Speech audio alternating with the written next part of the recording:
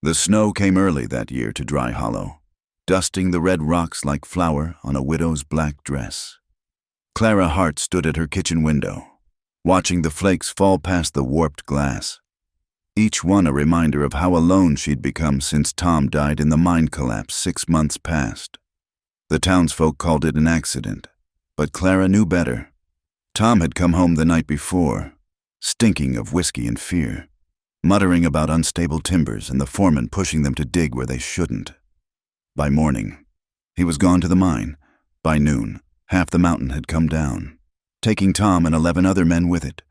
Now she was the miner's widow, living on the edge of town in a cabin that groaned against the winter wind. The good people of Dry Hollow had made their feelings clear.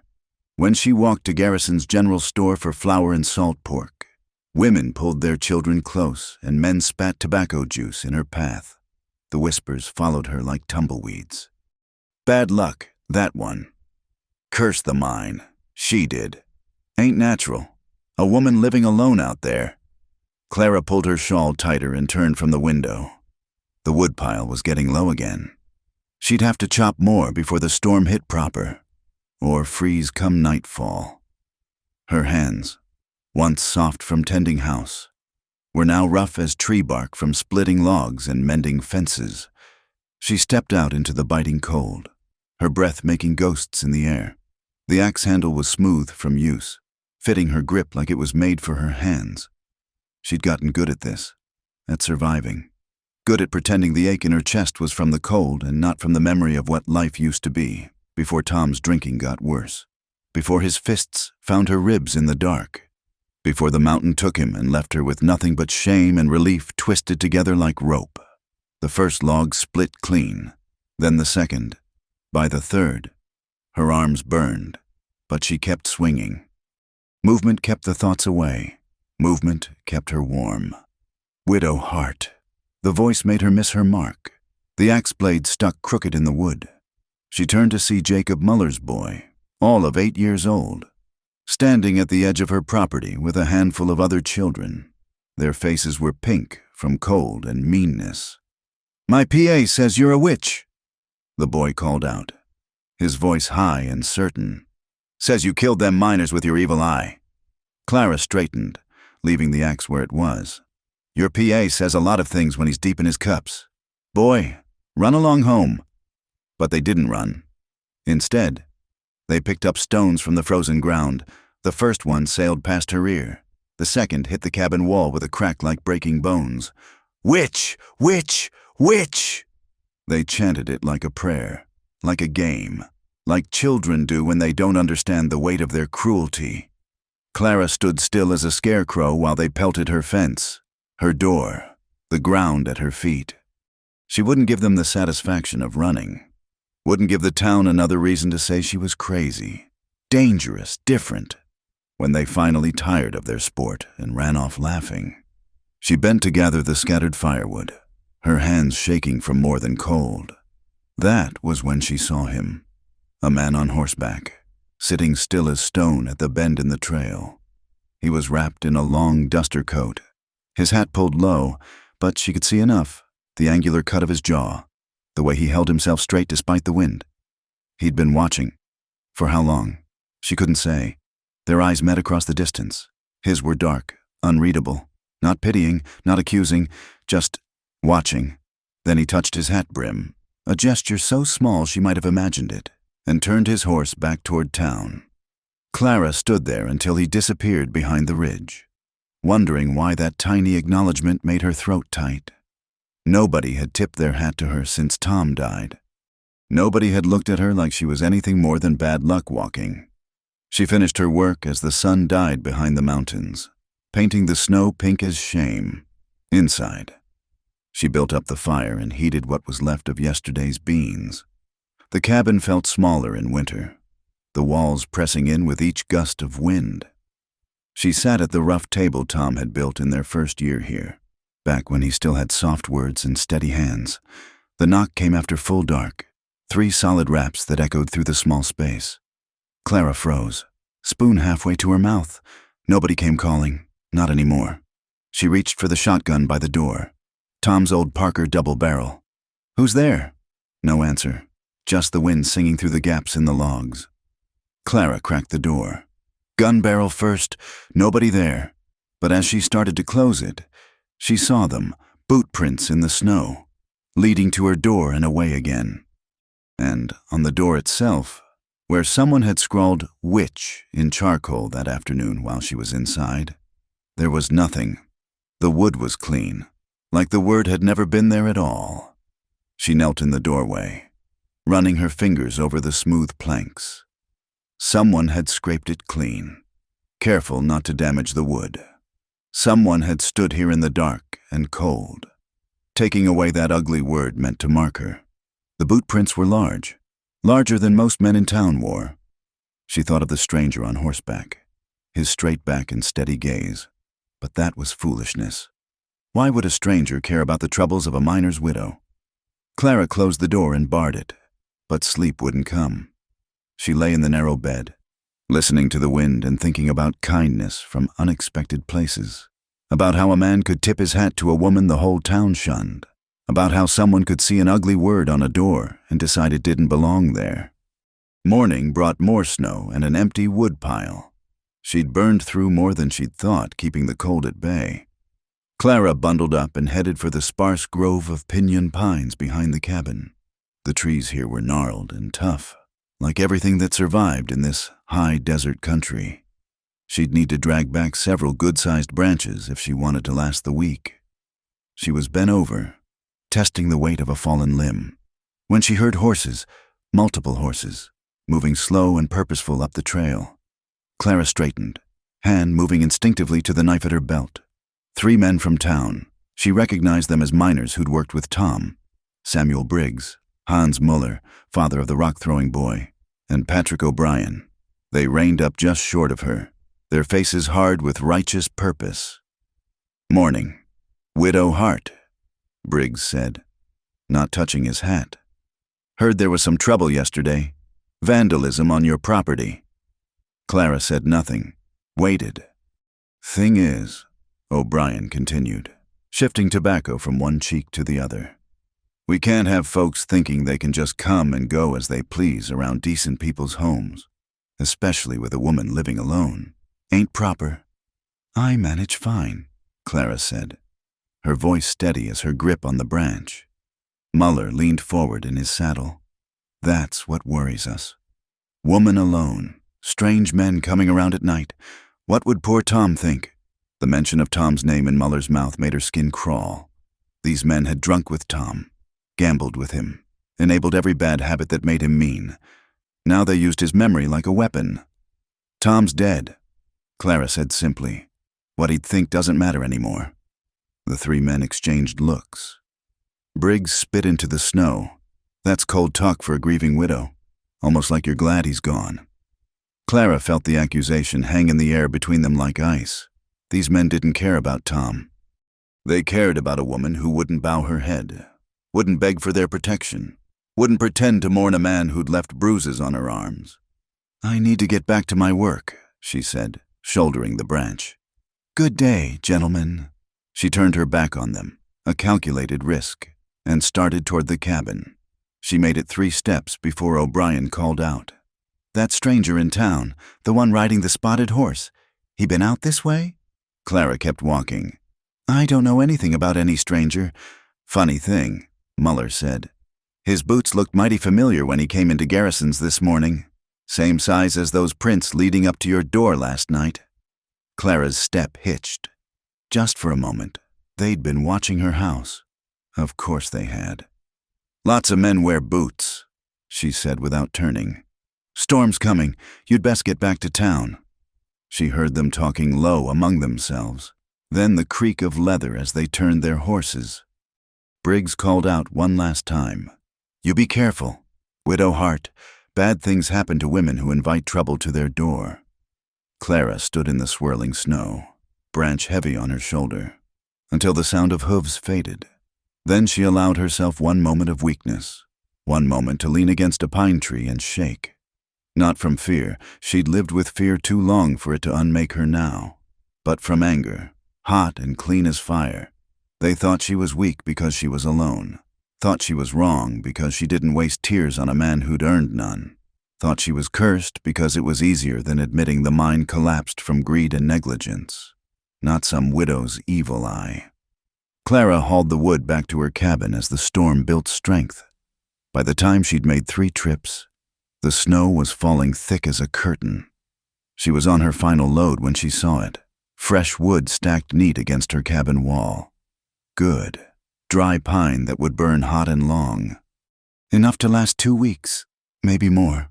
She dropped her branch and approached the pile slowly, as if it might vanish.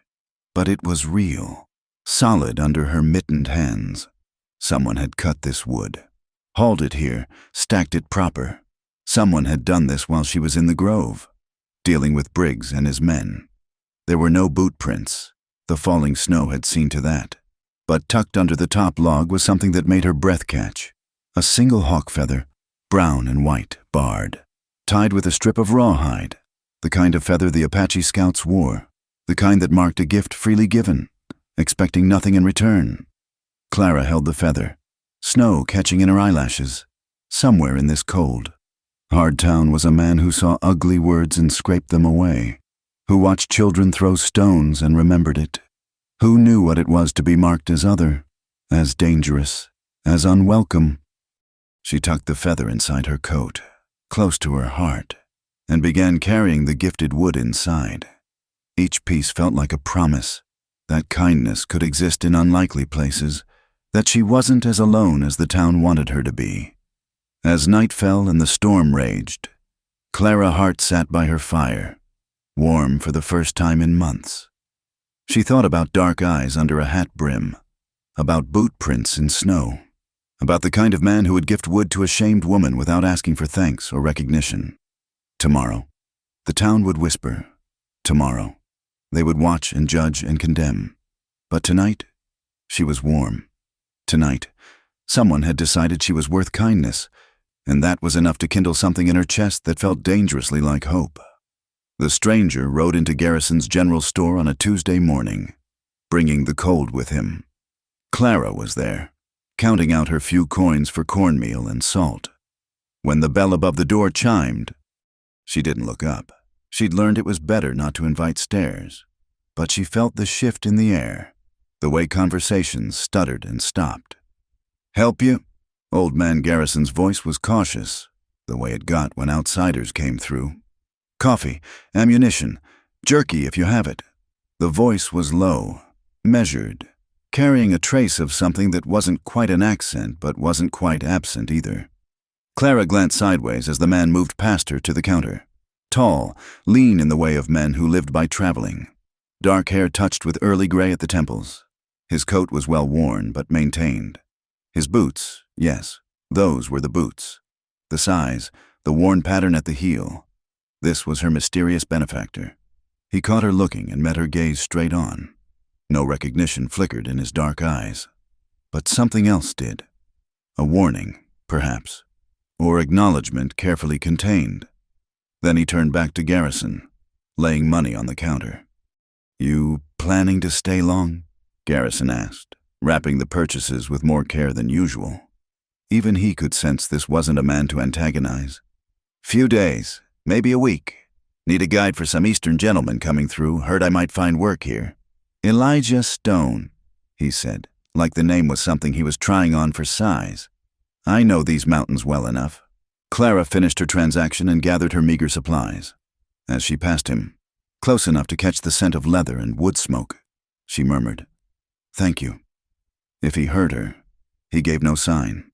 Outside, the morning sun was sharp as glass on the snow. Clara had made it halfway down the street when she heard the saloon doors bang open. Jake Sutter stumbled out, still drunk from the night before, or maybe starting early. He was Tom's friend once, back when Tom still had friends instead of just drinking companions. Well, the widow's doing her shopping." Sutter weaved toward her, his breath visible and rank in the cold air, looking prettier than a woman in mourning ought to. Clara tried to step around him, but he moved with her, a clumsy dance on the icy boardwalk. "Tom always said you thought you were too good for us. Too good for him. Let me pass. Jake, Or what? He grabbed her arm, fingers digging through the wool of her coat. You'll curse me like you cursed them miners? Clara had learned not to struggle. It only made men like Sutter hold tighter. Instead, she stood still, meeting his bloodshot eyes with steady defiance. You're drunk. Go home. Don't tell me what to do, witch. His free hand fumbled at her supplies, knocking the precious cornmeal into the snow. Maybe you need a man to teach you proper respect. The voice came from behind her, calm as deep water.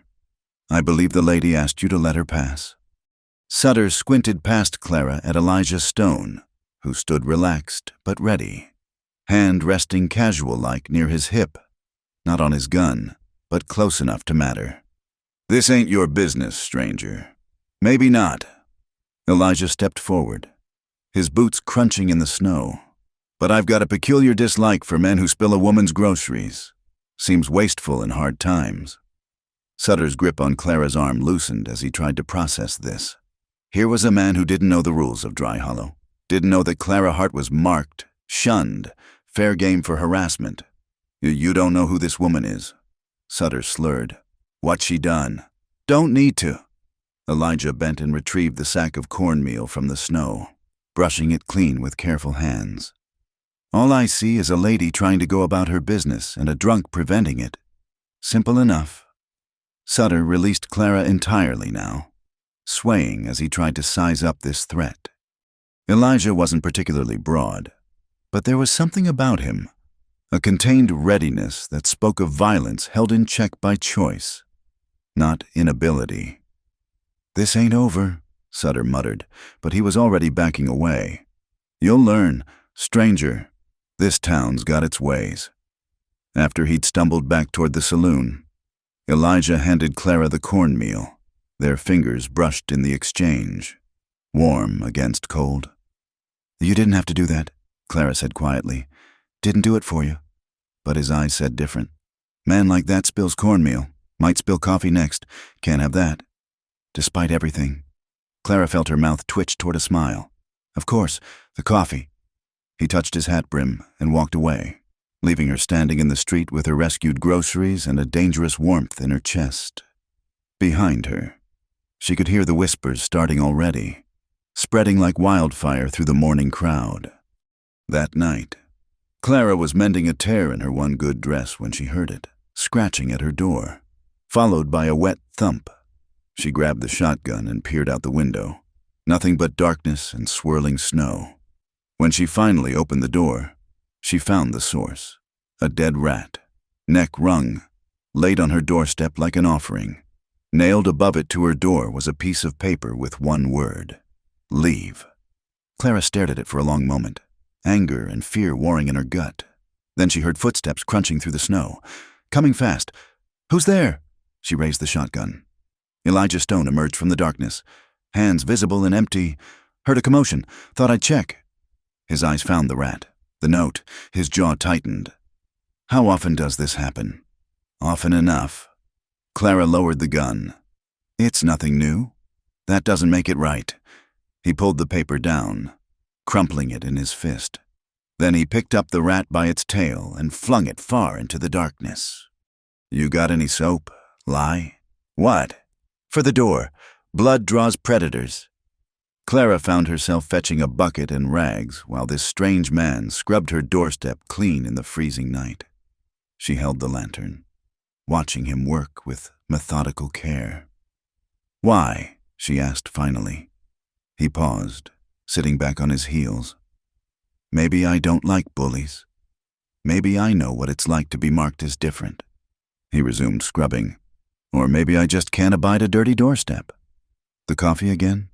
Everything comes back to coffee. This time, she was sure she saw his mouth quirk toward a smile. When he finished, he stood and dried his hands on his coat. They faced each other in the lamplight, snow falling between them like a curtain. They won't stop, Clara said. It'll get worse now that you've involved yourself. I've faced worse than small-town prejudice. He studied her face. So have you, I'd wager. How did he know? How could he see past the widow's weeds to the bruises that had faded but never quite disappeared? to the relief she couldn't show when they pulled Tom's body from the mine. "Good night, Mrs. Hart." He turned to go. "Clara," she said impulsively. "Just Clara?" He paused, glanced back. "Good night, Clara." She watched him disappear into the snow, then barred her door and tried to sleep. But her mind kept returning to the careful way he'd cleaned her step, the anger in his eyes at the cruelty of strangers. When was the last time someone had been angry on her behalf? The next few days passed in an uneasy rhythm. Elijah Stone went about his business in town, hiring on with the Eastern Party as their guide. Clara kept to herself, but she was aware of him, catching glimpses as she fed her chickens, seeing his horse outside the blacksmith's shop, feeling his presence like a shift in the weather. The town was aware too. The whispers grew louder, more pointed. The miner's widow and the half-breed scout. She'd heard that word applied to him now, seen how his features marked him as mixed blood. Apache, maybe. In a town that had little love for Indians of any kind. Two outcasts drawing toward each other like iron filings to a magnet. It came to a head on a Friday night. Clara had stayed late at the general store, waiting until most folks had gone home before doing her shopping. She was walking back in the dark, supplies clutched tight. When she heard them, boots on snow, multiple sets. Following, she quickened her pace, but they quickened too. Her cabin was still half a mile off, too far to run in skirts through deep snow. She gripped the handle of the knife at her belt. "Widow Hart," Briggs's voice, thick with drink. Awful late for a proper woman to be out. She kept walking. They spread out, flanking her. 4 of them, Briggs, Muller, O'Brien, and Sutter. The worst of Tom's old crowd, made bold by whiskey and numbers. "Heard you've taken up with that mongrel scout," Muller said. "Guess any man looks good after Tom, even a half-breed." "I've taken up with no one." Clara's voice was steady despite her racing heart. "I want no trouble." "Too late for that." Sutter growled. He was in front of her now, blocking the path. "You brought trouble the day you cursed our mine. Brought more when you started spreading your legs for that Apache?" Clara slapped him. The crack echoed in the cold air, shocking them all, herself included. For a moment, nobody moved. Then Sutter lunged. Clara got the knife half drawn before he slammed into her, driving her into the snow. The supplies scattered. His weight crushed the air from her lungs, his hands reaching for her throat. She heard the others laughing, encouraging. The gunshot split the night like thunder. Sutter froze. Everyone froze.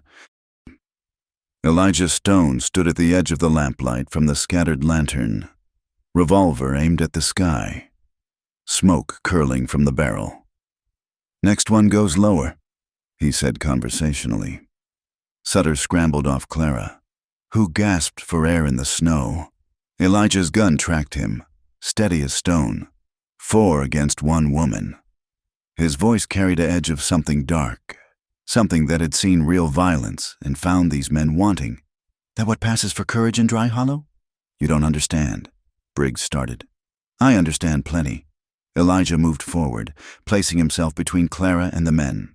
"I understand you're drunk. I understand you're cowards. And I understand you're leaving. Now." O'Brien, bolder or drunker than the rest, stepped forward. "You can't take all of us, Breed." Elijah smiled then, and it was terrible. "Try me." Something in that smile, in the absolute certainty of violence it promised, decided them. They backed away, muttering threats and curses, dragging Sutter with them. Only when they were gone did Elijah lower his weapon and turn to Clara. She was sitting up in the snow, shaking but whole.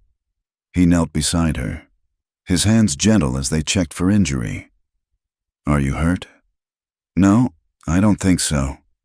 She was shaking harder now, reaction setting in. "They would have, but they didn't." His hand stilled on her shoulders. "You're safe." "Am I?" The words came out bitter. "They'll be back, more of them, angrier." He helped her to her feet, then began gathering her scattered supplies. "Then we'll deal with that when it comes." "We?" Clara studied his profile in the dim light. This isn't your fight." He straightened, holding her rescued goods. "Maybe it wasn't, but they made it mine when they put hands on you." He met her eyes. "I don't walk away from fights that need fighting." Clara took the supplies, their fingers brushing again. This time, neither pulled away quickly. "They'll come for you too now. Call you worse names than half-breed. Been called worse by better men."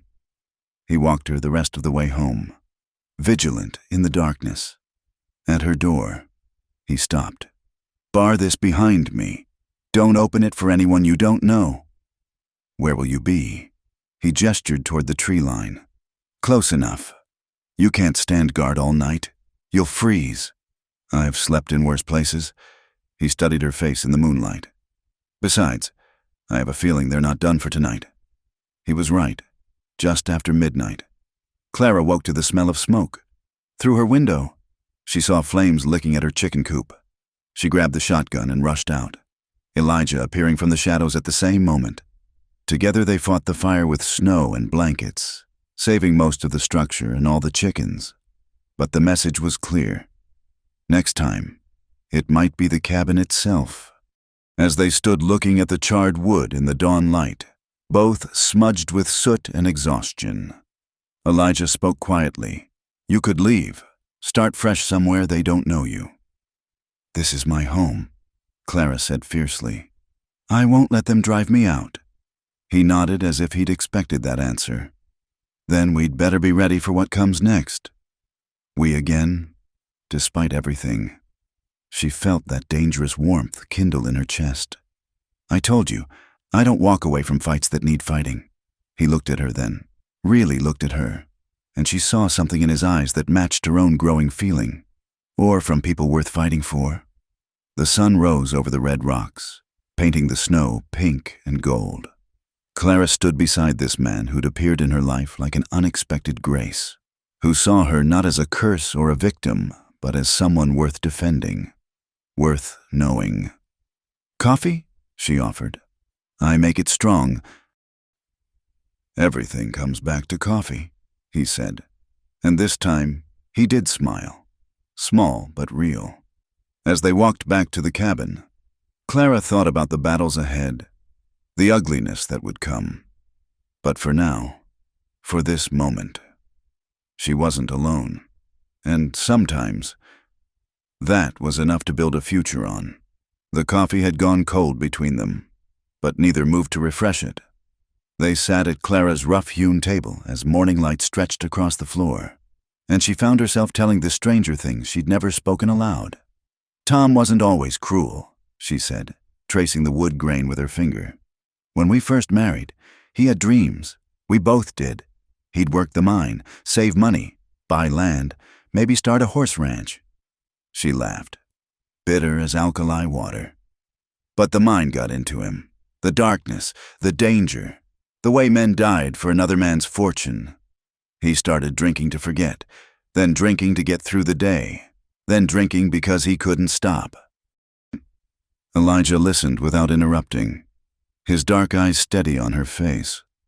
The bruises were easier to hide than the rest. Clara continued. "The way he'd gamble away our savings, then rage at me for serving beans again. The way he'd come home stinking of whiskey and other women's perfume, then call me cold when I turned away."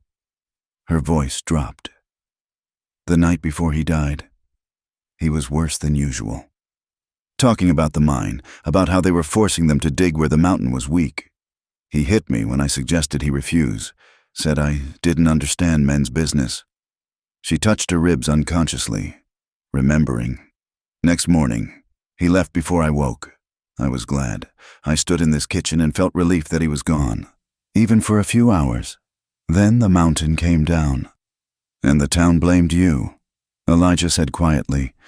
"A wife who doesn't weep right, doesn't mourn proper, who stands dry-eyed at her husband's grave while other widows wail." Clara met his eyes. They needed someone to blame besides the mine owners who cut corners, the foreman who pushed too hard. A witch's curse was easier to swallow than greed. Elijah was quiet for a long moment. Then he rolled up his left sleeve, revealing a patchwork of scars across his forearm. Apache on my mother's side. He said, Army Scout on paper. Truth is more complicated. He traced one particularly deep scar. Rode with the Army for 5 years. Tracked my mother's people through these mountains. Led soldiers to camps I'd played in as a boy. Told myself I was keeping the peace, preventing massacres. But when you find burned wiki-ups and bodies of children, his jaw tightened. You realize peace is just another word for surrender. Why did you do it? Clara asked softly. Survival, protection. My mother was dead. Father was a traitor who'd moved on. The Army offered food, pay, a place in the world. I took it. He rolled his sleeve down. Left when I couldn't stomach it anymore. Been drifting since, taking guide work, staying nowhere long, easier than facing what I'd done. They sat in shared silence. 2 people marked by different sins. 1 by defiance. 1 by compliance.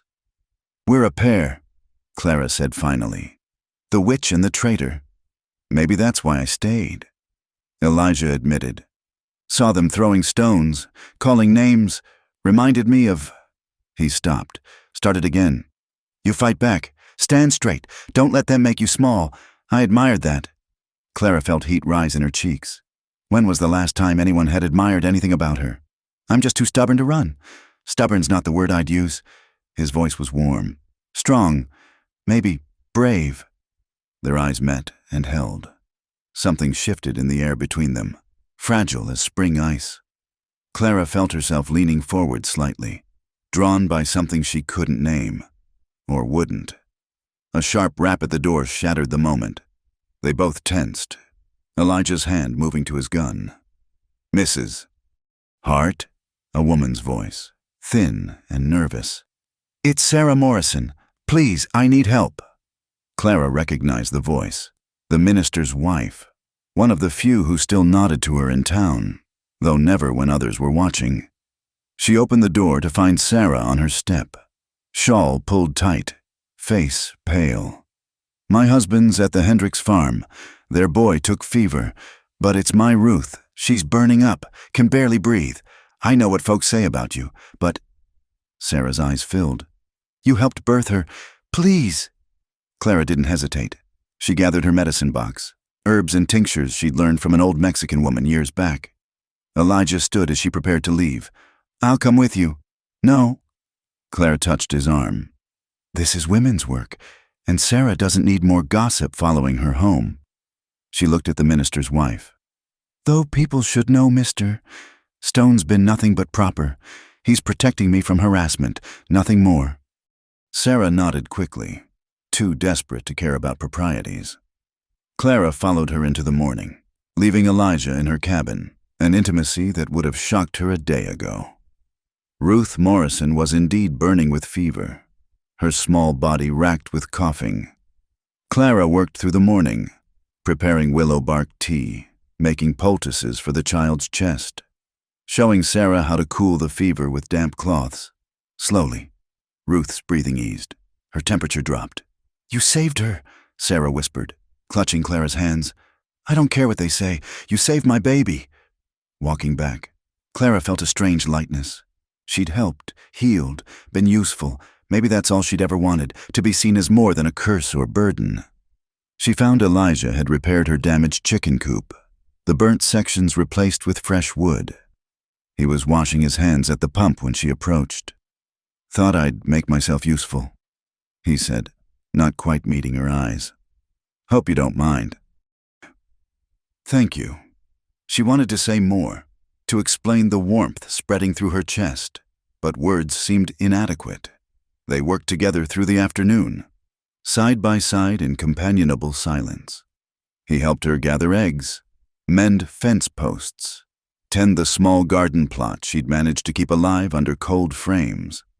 His presence made the work lighter, the isolation less complete. As evening approached, he built up her fire while she prepared supper, beans again, but flavored with wild herbs and the last of her preserved pork. They ate quietly, comfortable in shared silence. The Eastern party leaves day after tomorrow, Elijah said eventually. Job will take 2 weeks, maybe 3. Clara's hand stilled on her coffee cup. Of course he would leave. Men like him didn't stay, especially not for women like her. But I was thinking, he continued, not looking at her. Might be good to have someone checking on your place while I'm gone. Make sure those fools don't try anything else. I've managed alone before. I know. Now he did look at her. But maybe you don't always have to. The words hung between them, weighted with possibility. Clara felt exposed, vulnerable in a way that had nothing to do with physical threat. Why? She asked. Why do you care what happens to me? Elijah was quiet so long she thought he wouldn't answer. Then, first time I saw you, you were standing in that snow while those children threw stones. You could have run, hidden, cried. Instead, you stood there like a mountain, letting their hatred break against you without breaking yourself. He paused. I've seen soldiers with less courage. It wasn't courage, just nowhere else to go. That's what courage is. He leaned forward. Staying when leaving would be easier. Fighting when surrendering would hurt less. You do both, every day. Clara felt tears threaten, pushed them back. I'm tired of fighting alone. Then don't. His hand moved across the table, not quite touching hers. Let me help. No expectations, no obligations. Just let me help. She looked at his hand, work-worn and scarred, offering connection without demanding it. Slowly, she placed her hand over his. His fingers were warm, calloused, gentle. All right, she whispered.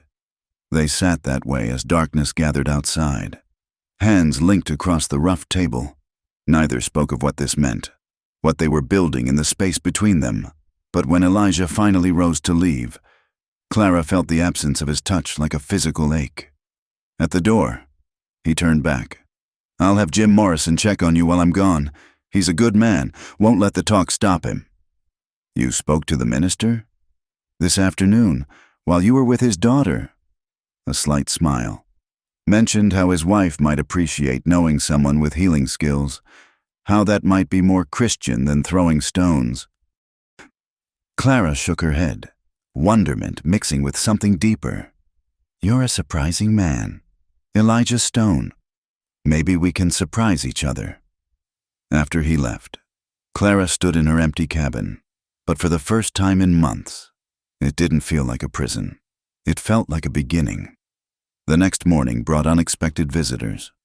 Sarah Morrison arrived with her sister and daughter. Ruth, bundled but bright-eyed. They carried fresh bread and preserves. Payment for services rendered, Sarah said firmly, brooking no refusal. And Ruth wanted to thank you herself. The little girl, perhaps 6 years old, held out a handful of winter berries. For making the hurt go away, she said solemnly. Clara knelt to accept them, throat tight. Thank you, sweetheart. As they shared coffee and bread, other women began arriving. The blacksmith's wife with eggs to trade for headache tonic, the schoolmaster's sister seeking advice for her monthly pains. Women who'd shunned Clara in public, seeking her knowledge in private. We always knew you had the healing touch, Sarah said quietly as they watched Ruth play with Clara's barn cat. Even before, but it was easier to stay quiet. And now my daughter's alive because of you. That matters more than gossip. One by one, the women left, but the warmth of their presence lingered. Clara understood it wasn't full acceptance. They still might cross the street to avoid her in town, but it was a crack in the wall, a small rebellion against the narrative that painted her as cursed. That evening, Elijah came for supper one last time before his trip. He brought venison, fresh killed, and helped her prepare it. They worked together easily now, familiar with each other's rhythms. Heard you had visitors today, he said, slicing meat with practiced efficiency. News travels fast. Good news, for once. He glanced at her. Sarah Morrison's got influence with the church women. If she's on your side, don't. Clara stopped him gently. Don't make it more than it is. A few women trading for remedies isn't acceptance. It's a start. They ate by firelight. the venison rich and satisfying after weeks of beans. Clara found herself memorizing details, the way he held his knife, the silver threading through his dark hair, the careful way he listened when she spoke. "I'll miss this," she said without thinking, then flushed. "The venison? The company?" She met his eyes, bold in the firelight. "I'll miss you." He set down his plate, expression serious. "Clara, I know." She rushed to fill the silence. "You have work, a life beyond this place. I'm not asking for anything. What if I want to give it?" The words stopped her cold. He rose, came around the table, knelt beside her chair so their eyes were level. "I've been drifting for years," he said quietly. "No home, no purpose except the next job. Then I saw you, and I thought—" He touched her face, so gently. "I thought maybe I'd found a reason to stop running." Clara covered his hand with hers, holding it against her cheek. "I'm not worth stopping for. Ask anyone in town." "I'm not asking them." His thumb traced her cheekbone. "I'm asking you, if I come back, when I come back, will you have me, not as protector or guard, as—" "As what?" Her voice was barely a whisper. "As whatever you'll allow me to be." Clara turned her face into his palm, pressed her lips against the calloused skin, felt him shudder. "Come back," she said against his hand. "Come back, and we'll see what we can be." He drew her down to him then. Or she fell, later. She could never remember who moved first. Their lips met in a kiss that was question and answer both, gentle and desperate at once. She tasted coffee and longing, felt the careful restraint in the way he held her, as if she might break or flee. When they parted, both breathing unsteadily, he pressed his forehead to hers. 2 weeks, he promised. 3 at most. I'll be here. He kissed her again, deeper this time, then forced himself away. At the door, he looked back. Bar this behind me. Jim Morrison will come by daily. If anyone troubles you, I'll handle it. She smiled, feeling brave and foolish and alive. I'm stubborn, remember? Strong, he corrected. Brave. Then he was gone, swallowed by darkness. Clara barred the door and leaned against it, fingers touching her lips, feeling the echo of his kiss like a brand. 2 weeks. She could survive 2 weeks. She'd survived worse, but as she lay in her narrow bed that night, she didn't think about survival. She thought about dark eyes and gentle hands, about a man who saw her strength instead of her shame, about the possibility of a future that held more than loneliness and cold. For the first time since Tom died, maybe since long before, Clara Hart fell asleep smiling. The first week passed in surprising peace. Jim Morrison came by daily as promised, bringing news from town and checking her fences. The minister was a quiet man, but kind, and he didn't flinch from helping with heavy work. More women came seeking remedies, slipping up the back trail like secrets. Clara began to hope the worst had passed.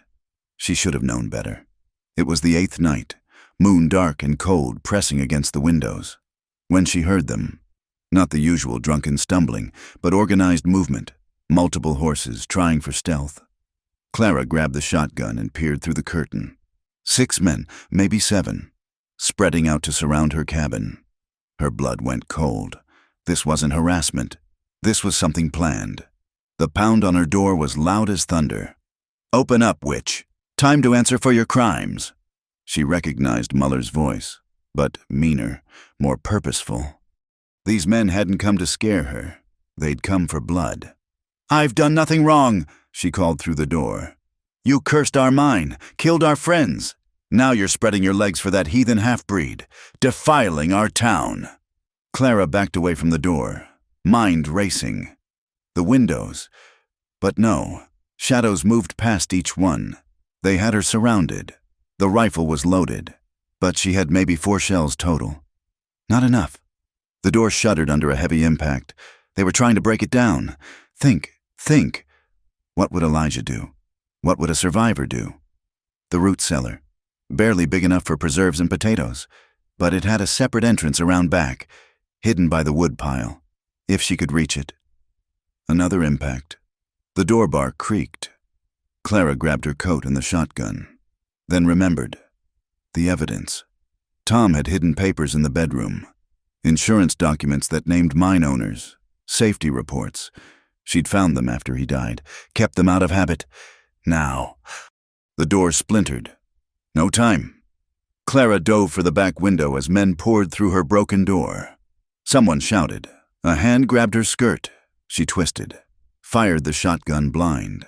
Heard someone scream. Then she was through the window. Glass cutting her palms.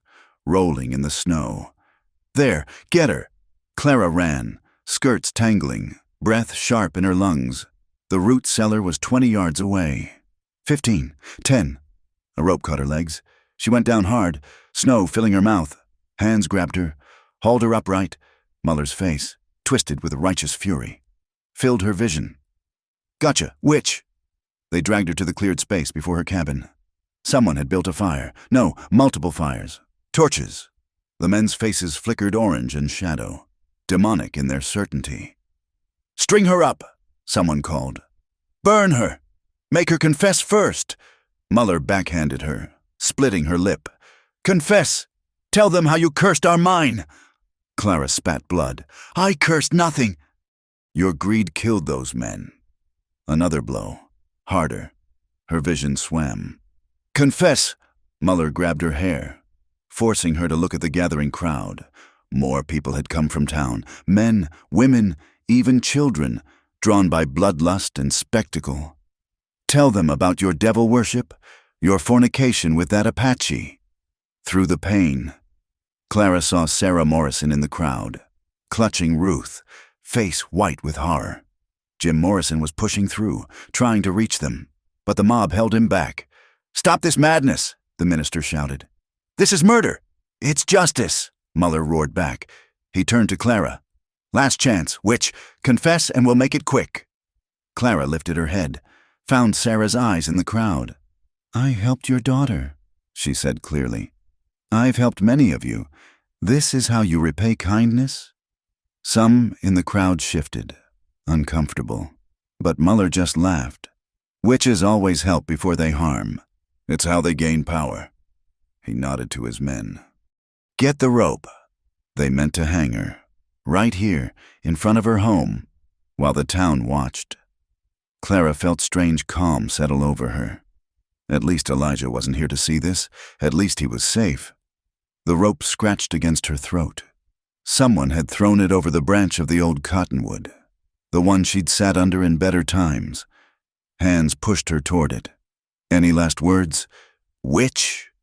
Clara looked at the crowd, these people she'd lived among, helped, tried to belong to. I forgive you, she said simply, and I pray someday you'll see what fear has made you become. Muller snarled and reached for the rope. The gunshot cracked like lightning. Muller's hat flew off. He spun, cursing. Another shot, and the rope parted above Clara's head. A third, and the torch nearest her exploded in sparks. Elijah Stone rode out of the darkness like wrath itself, guns blazing. His horse scattered the crowd, people screaming and diving for cover. But he wasn't alone. Jim Morrison rode with him, and others. The sheriff from the county seat. Deputies. Stand down, the sheriff's voice boomed. This is attempted murder. You're all under arrest. Chaos erupted. Some men tried to run. Others stood frozen. Muller went for his gun and found himself staring down Elijah's barrel. Try it, Elijah said softly. Please. Muller's hand fell away. Elijah dismounted, never lowering his weapon, and moved to Clara. With his free hand, he cut her bonds, pulled the rope from her neck. His eyes, when they met hers, were wild, desperate. Clara, God, Clara, are you hurt? She couldn't speak past her bruised throat, just shook her head. He pulled her against him, hand cradling her head, and she felt him trembling. I'm sorry. He whispered fierce against her hair. I'm so sorry. I should have been here. The sheriff and his men were rounding up the mob leaders. Jim Morrison had produced a judge's warrant. Seemed he'd ridden hard for the county seat when he'd heard rumors of tonight's plan. The law had finally come to Dry Hollow. Elijah. Clara pulled back to look at him. How did you know? Felt it. His hand touched her bruised face, infinitely gentle. 2 days out, I felt something wrong. Turned the party around. Rode through the night. His voice broke. Almost too late. Almost lost you. But you didn't. She covered his hand with hers. I'm here. I'm alive. Around them, the sheriff was reading charges. Samuel Briggs, Hans Muller, Patrick O'Brien, conspiracy to commit murder, assault, attempted lynching. He looked at the crowd, disgust clear. Any of you who laid hands on this woman will answer for it. The crowd began to disperse, shamed and fearful now that authority had arrived. Some slunk away. Others stood as if waking from a nightmare. Sarah Morrison broke free and ran to Clara. I'm sorry, she was sobbing. I wanted to help, but I was so scared. And Ruth, hush. Clara caught her hands. You kept your daughter safe. That's what matters. The sheriff approached. Ma'am, I'll need your statement. But first, he looked at her cabin. Door broken. Windows shattered. You have somewhere safe to stay. She'll stay with us. Jim Morrison said firmly. My wife and I insist. Clara started to protest, but Elijah's arm around her tightened. Let them help, he murmured. Please. She was too tired, too hurt to argue. As Sarah and Jim led her away, she looked back at Elijah, who was speaking intently with the sheriff. He caught her glance and nodded. A promise. He would handle this. She was safe. The Morrison house was warm and quiet. Sarah tended Clara's wounds with gentle hands, helped her wash and change into clean clothes. They put her in Ruth's room, the little girl sleeping peaceful and innocent through it all. Clara lay in the narrow bed, listening to voices downstairs. The sheriff asking questions, Jim providing answers, Elijah's low rumble threading through it all. Safe. She was safe. She must have dozed, because suddenly Elijah was there, sitting on the floor beside the bed, her hand in both of his. Did I wake you? He asked softly. No. She turned to see him better in the moonlight. What will happen to them? Circuit judge comes next month. Until then, Muller and the worst of them will enjoy the county jail. His thumb stroked her knuckles. It's over. Clara, they can't hurt you anymore. There'll be others. The hate doesn't die with one arrest. Then we'll face them together. He lifted her hand, pressed it to his cheek. If you'll have me. Clara studied his face. This man who'd ridden through the night for her, who'd stood between her and death without hesitation. You came back early. I came back when you needed me. His voice roughened. When I felt, Clara, I can't explain it, but I knew. 2 days out, I knew something was wrong, turned that whole party around, left them stranded. A bitter laugh. Probably never work as a guide again. I'm sorry. Don't. He moved to sit on the bed's edge, gathered her carefully into his arms. No job is worth your life. Nothing is worth that. Clara rested her head on his shoulder, breathing him in. Leather and gunpowder and safety. I thought I was going to die tonight? His arms tightened. So did I. When I saw that rope, he buried his face in her hair. Can't lose you. Won't. They held each other in the quiet room while the house settled around them. Finally, Clara pulled back to see his face. What happens now? Now you heal. The Morrisons will keep you safe while I help the sheriff finish this. He touched her bruised throat, feather-light. Then we decide what comes next. Together. Together, she echoed, tasting the word. I like that. He kissed her forehead, her temple, careful of her bruises. Rest now. I'll be here all night, every night, if you'll let me. Clara curled into him, finally believing. The worst had come, and she'd survived.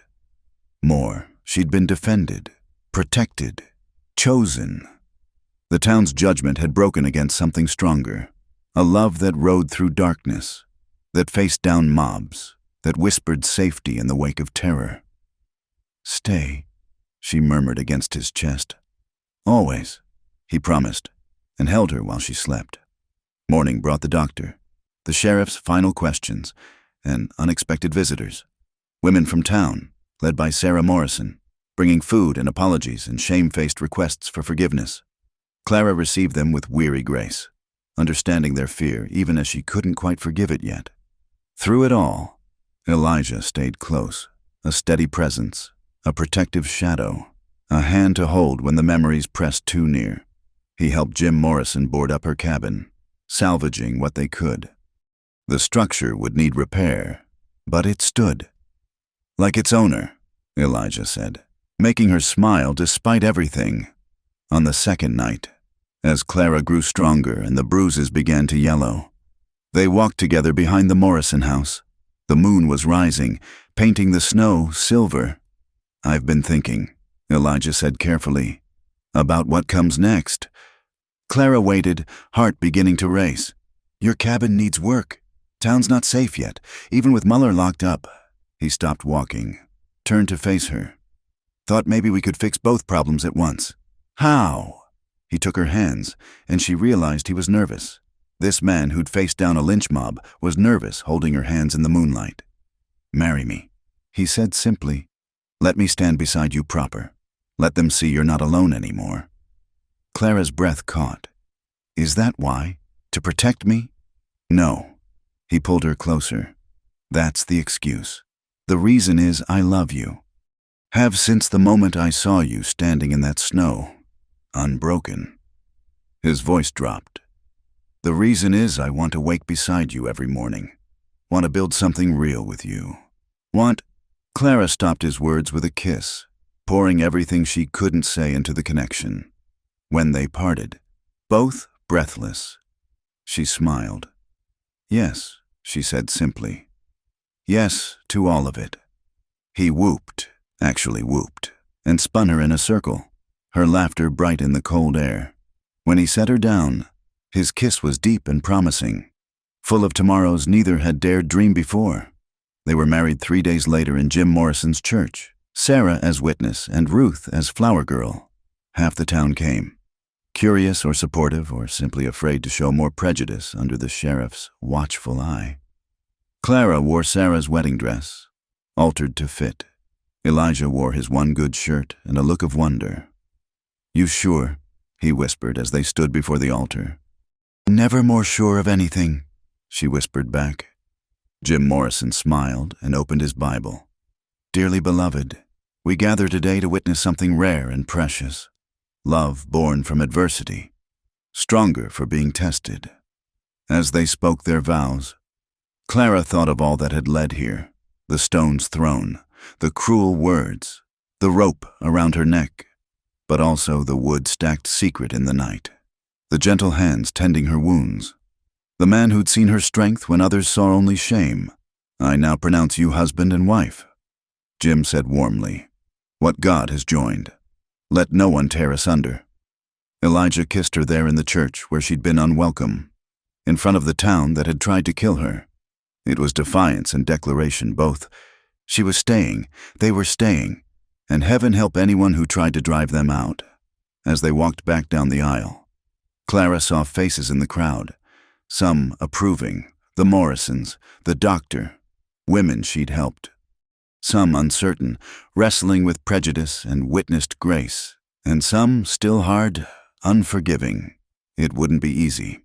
There would be more battles ahead, but Clara Hart, Clara Stone now, had learned something that night by the cottonwood tree.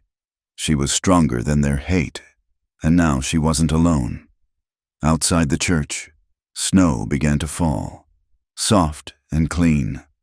Elijah pulled her close, and she breathed deep the crisp air of her new life. "No regrets?" he asked. "None," she said, and meant it. "We're going to build something good here, together," he agreed, and kissed her again as the snow blessed their beginning. The deep woods embraced them like sanctuary. Clara pressed a cloth to the bullet graze on Elijah's shoulder, her hands steady despite their flight. They'd left Dry Hollow 3 hours ago. Muller's men hard behind them until Elijah led them into the canyon maze he knew from his scouting days. "Just a scratch," he said through gritted teeth. "Hush."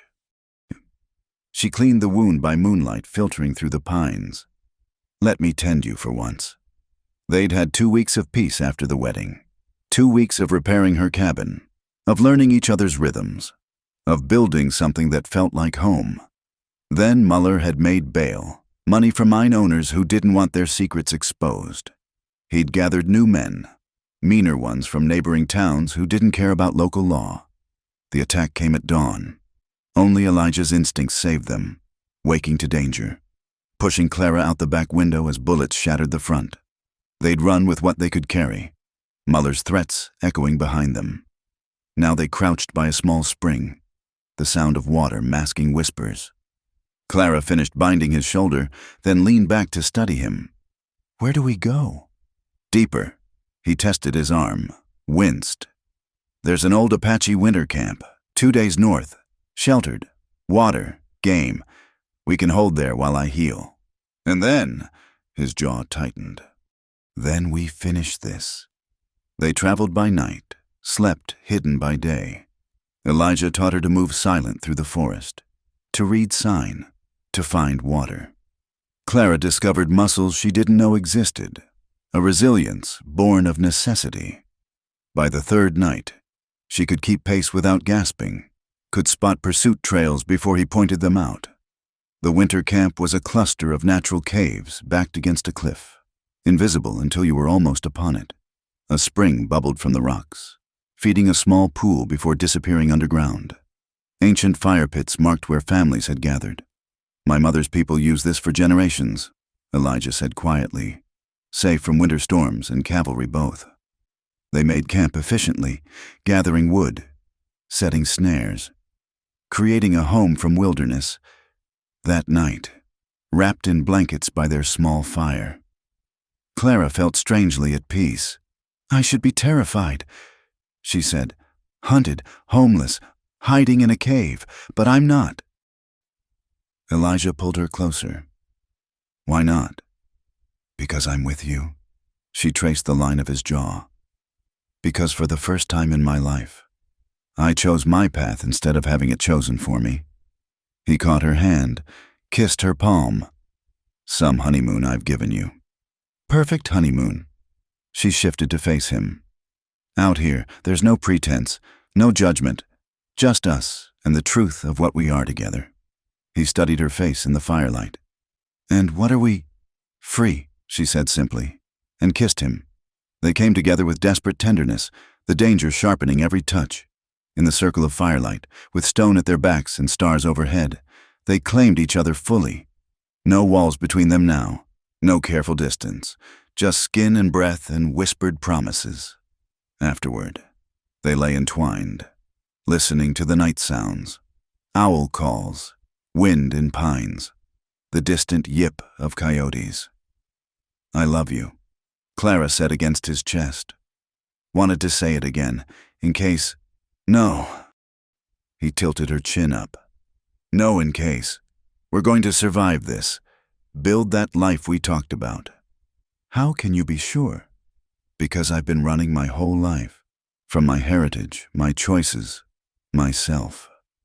He stroked her hair. You taught me to stand and fight. Can't stop now. Days passed in strange sweetness. They hunted together. Elijah teaching her to use a bow. She taught him the healing plants that grew even here, dried them for medicine. They explored the caves, finding old paintings on the walls, hunters and deer, sun spirals, handprints of children long grown. Will you tell me about her? Clara asked one evening. Your mother? Elijah was quiet so long she thought he wouldn't answer. Then, she was beautiful? Laughed like water over stones. My father met her at a trading post, fell hard, married her despite his family cutting him off. She must have loved him too, to leave her people. She did, but love wasn't enough when the reservation orders came. Father was gone on a trading run. Soldiers came, said she had to go with the others. Didn't matter she had a white husband, a half-blood son. His voice roughened. I was 12. Tried to stop them. They laughed, said I could visit her on the reservation. Clara laced her fingers with his. Waiting. She died that winter. Fever, they said, but I think she died of heartbreak, penned up like an animal away from her mountains. He stared at the fire. Father came back to an empty house, drank himself to death within the year. And I survived. Learned to scout because it was that or starve. Betrayed her people because I thought it would keep me safe on the white side of the line. You were a child, Clara said gently. Alone and grieving. I was, then I wasn't. And still I scouted. He turned to her. Until I couldn't anymore. Until the weight of ghosts got too heavy. Like yours did. They held each other in the cave that had sheltered his mother's people. And Clara understood why he'd brought her here. This wasn't just hiding. It was reclaiming something stolen. Making peace with shadows. On the 7th day, as Clara checked their snares, she heard horses, many horses, moving careful but not silent enough. She ghosted back to camp, found Elijah already armed and ready. How many? She whispered. 8, maybe 10. Muller's voice in the lead. He checked his rifle. They found us. Clara's heart raced, but her hands were steady as she grabbed Tom's shotgun. The caves? Too easy to trap us. He thought fast. The ridge trail, narrow, forces them single file. We can... Elijah Stone, Muller's voice boomed across the canyon. Send out the witch and walk away. This ain't your fight anymore. Elijah's answer was to sight down his rifle. Clara moved beside him. Shotgun ready. Always was my fight. He called back. From the moment you threw the first stone. They heard movement. Men spreading out, trying to flank them. Elijah touched her arm, pointed up. The ridge trail. They moved silent as shadows, gaining height as Muller's men closed on their abandoned camp. The trail was treacherous, a foot-wide ledge above a deadly drop, but it led to the high ground, where 2 could hold off 20. They were halfway up when the shooting started. Bullets whined off rocks, showering them with chips. Clara pressed against the cliff face, returning fire when she could. Elijah was deadly calm, picking targets, making every shot count. 2 men fell back, wounded. The others grew cautious. They made the ridgetop as the sun peaked. From here, they commanded the approaches, but their ammunition wouldn't last forever. Clara, Muller again, closer now. You got something I need. Tom's papers. Hand them over and we all walk away. Clara and Elijah exchanged looks. So that's what this was really about. Not just vengeance, but covering tracks. What papers? Clara called back, buying time. Don't play stupid. Insurance documents, safety reports, evidence that could hang certain important men. Muller's voice hardened. Last chance. The papers for your lives. Clara thought of those documents, hidden now in Jim Morrison's church safe. Evidence of criminal negligence, of bribes paid and warnings ignored. Tom had kept them for blackmail, maybe, or insurance. Now they were justice waiting to happen. Go to hell, she shouted. The attack came hard then, men scrambling up the rocks, trying to overwhelm them. Elijah fought like his ancestors, brutal, efficient, using terrain and skill against numbers. Clara stood with him, loading when he fired, firing when he loaded, moving as one. But there were too many. Their ammunition ran low. A lucky shot creased Clara's arm. Another drove them back from their best position. The cave, Elijah said grimly. We make our stand there. They retreated, fighting for each yard. Clara's arm burned, blood soaking her sleeve. Elijah had new wounds too, red spreading across his shirt. But they moved together, covering each other, defiant to the last. The cave mouth was narrow, defensible. They dove inside as bullets chased them. In the darkness, Clara fumbled for the extra shells she'd cached. 3 left. Elijah had maybe 6. I'm sorry, she gasped. This is my fault, my fight. You should have... He kissed her hard, stopping her words. Our fight, our choice, no regrets. Outside, Muller was organizing. They could hear him placing men, planning the final assault. Clara gripped Elijah's hand in the darkness. I love you, she said. Whatever happens, I know. He pulled her close. Been worth it, every minute. They prepared for the end, checking weapons, sharing their last water. Clara thought of all they'd never have. Children, years together. That ranch Elijah dreamed of. But she thought too of what they'd had. Love, fierce and true. Partnership. A few weeks of perfect understanding. More than some got in a lifetime. "Here they come," Elijah said quietly. Clara raised the shotgun, said a prayer, and the thunder of hooves filled the canyon. Not from below, but from above. Apache war cries split the air. Muller's men screamed, scattered, fled in terror as riders poured down the ridge trail. "What?" Clara started. Elijah was grinning, fierce and wild. "My mother's brother sent word when we first got here. Wasn't sure he'd come. The Apaches, 10 warriors painted for battle, made short work of Muller's remaining men. The mine boss himself they dragged before the cave, threw at Elijah's feet. An older warrior dismounted, approached Elijah. They spoke in Apache, the uncle's face stern but not unkind. Then he looked at Clara, said something that made Elijah's throat work. He says you fought well for a white woman." Elijah translated. "Says you're welcome in his camp if town life gets too hard." Clara stood straight, despite her wounds. "Tell him I'm honored and grateful." The uncle nodded, then gestured at Muller. More Apache words. "He asks what justice we want," Elijah said. Clara looked at Muller, bloodied, terrified, all his swagger gone. She thought of the rope around her neck, the months of torment. The easy answer was blood for blood. Instead, she said, "Take him to the sheriff. Let him stand trial. Let the truth come out about the mine. All of it." She met Muller's eyes. "I want him to live with his shame. Death's too easy." Elijah translated. His uncle laughed, said something that made Muller go even paler. "He says you have a warrior's wisdom, agrees death is too easy." Elijah smiled grimly. "They'll deliver him to the county seat, make sure he arrives, mostly intact." As the Apaches bound Muller and prepared to ride, the uncle approached once more. He handed Elijah something, a leather pouch, old and worn, spoke quietly, then clasped his nephew's shoulder. "What did he say?" Clara asked when they were alone again.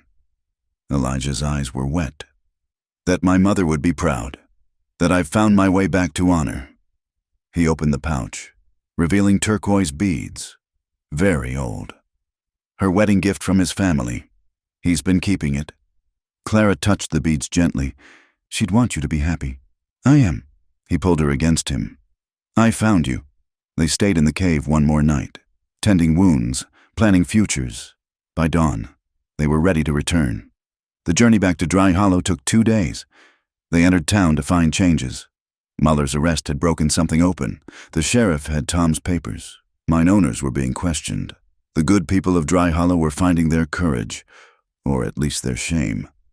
Jim Morrison met them at their cabin, which neighbors had helped repair in their absence. "Welcome home," he said simply, "both of you." That night, in their own bed with the solid walls around them, Clara lay in Elijah's arms and marveled at the journey. From widow to wife, from outcast to accepted, from alone to partnered. The scars would last, on their bodies, in their hearts, but scars meant survival. "What now?" she asked in the darkness. "Now we live," Elijah said. "Raise horses, maybe. Heal people who need it. Teach our children to be brave and kind." He paused. "Make my mother's people and your people just people." Clara smiled against his chest. "That's a big dream. We're big dreamers." He kissed her hair. "Besides, we've faced down mobs and bullets and our own fears. Everything else should be easy." Outside, spring was coming to the high desert. The red rocks would bloom with unexpected flowers. The town would slowly, painfully, learn new ways. And in a small cabin on the edge of Dry Hollow, 2 people who'd found each other across violence and prejudice would build something new. Not perfect, but theirs.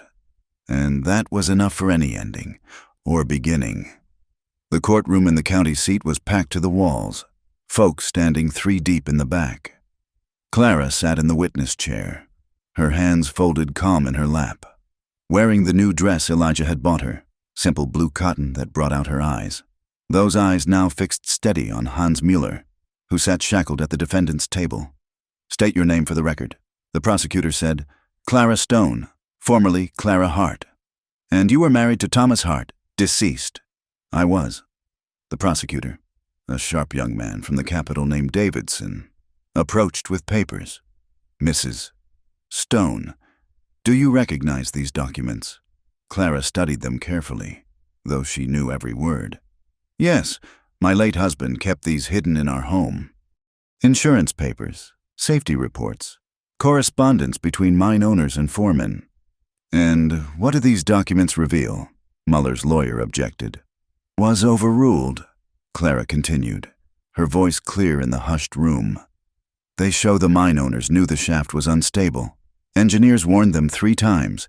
They show money paid to keep those warnings quiet. They show orders to keep digging despite the danger." She looked directly at Mueller.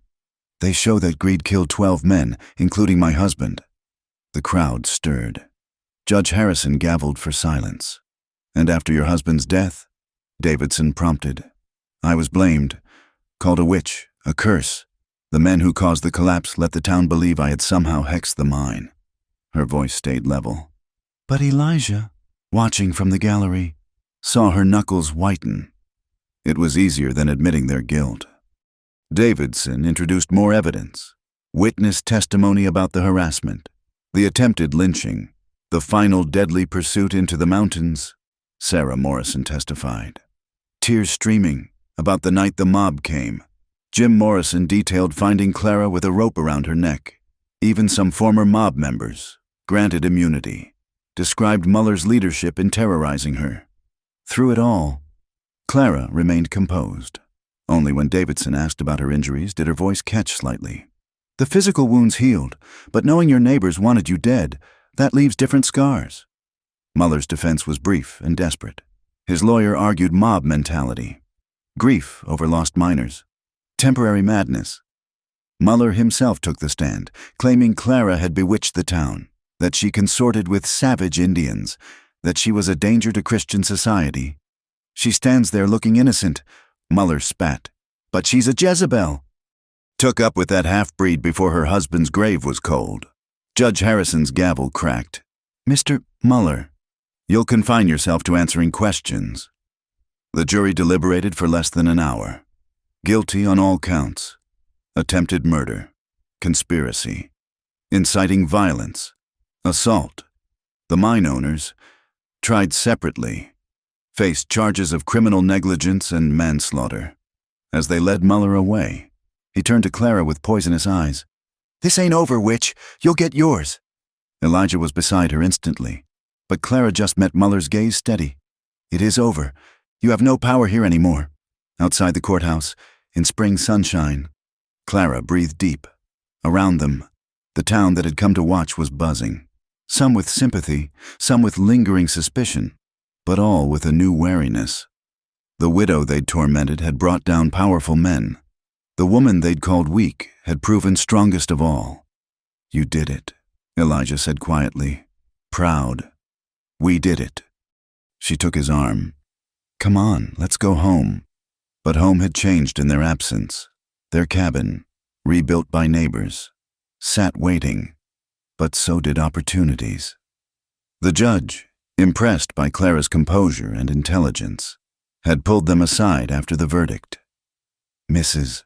Stone, the territorial government is establishing new oversight for mining operations. They need someone who understands the human cost of negligence. Would you consider serving as a civilian advisor?"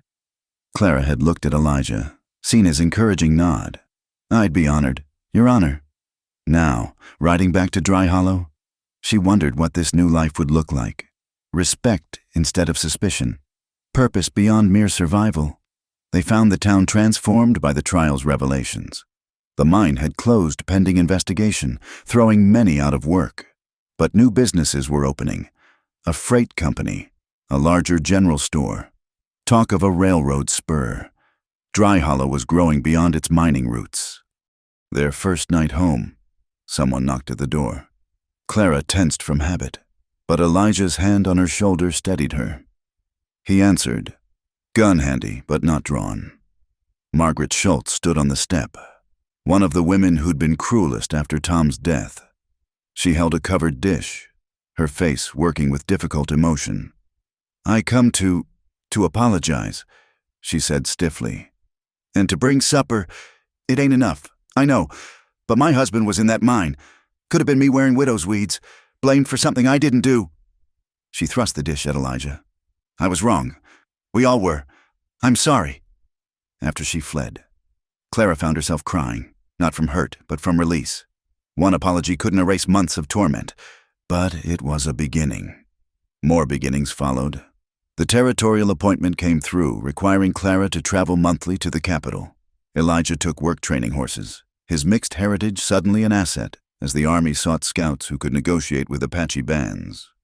The cabin grew into a proper house. Rooms added for the medical practice Clara established. But the sweetest new beginning came 6 months after the trial.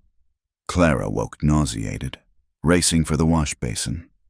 Elijah held her hair, worried until she turned with wonder in her eyes. I think we're having a baby." He stared, then whooped, lifting her in a careful spin. "A baby. Our baby." He set her down gently, hands framing her face. "You're sure? I've helped birth enough to know the signs." She covered his hands with hers. "Are you happy?" "Happy." He kissed her deeply. Clara, I never thought I'd have this. A family, a place, after my mother. I never thought I deserved—" "You deserve everything," she said firmly. "We both do. We've earned our happiness." The pregnancy wasn't easy. Clara was older for a first child, and the years of hardship had taken their toll. But Sarah Morrison fussed over her. The doctor visited regularly, and Elijah treated her like spun glass until she threatened to brain him with a skillet if he didn't let her lift a water bucket. "I'm pregnant, not dying," she informed him, hauling wash water despite his protests. "Apache women work until the moment of birth," he admitted. But nothing. I'm strong, remember? That's why you love me." He caught her against him, hands playing over her growing belly. "One of many reasons." The baby quickened on an evening when snow dusted the red rocks. Clara gasped, grabbed Elijah's hand, pressed it to where tiny feet drummed. "Feel that? That's your child saying hello." His eyes went wide with wonder. Then he bent, pressed his lips to her belly, and spoke soft words in Apache. A blessing, a welcome, a promise of protection. "What did you say?" "That this child comes from two peoples but will be whole. That it will know both worlds and bridge them." He straightened, eyes bright. "My mother would have loved this." "She knows," Clara said softly. "Somehow, she knows." The trial's aftermath continued rippling through the territory. Other mining towns investigated their operations. Laws changed. The Civilian Oversight Board, Clara advised, actually had teeth, could shut down dangerous operations. She traveled when she could, her growing belly a conversation starter. "You're that woman from Dry Hollow," a miner's wife said at one meeting. "The one they tried to hang?" "I am. My husband says you're making trouble, costing jobs with your safety demands." Clara met her eyes steady. "Would you rather have a husband with a job or a husband alive?" The woman's face crumpled. "He comes home with rock dust in his lungs, coughing blood." "But what else is there?" "There's demanding better. There's refusing to die for another man's fortune." Clara touched her arm.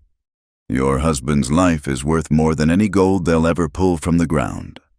Change came slow, but it came, and Clara's reputation shifted from witch to warrior, from curse to crusader.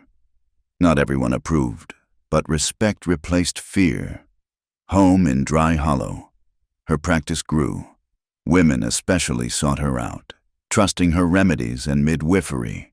The birthing room Elijah built onto the house saw steady use.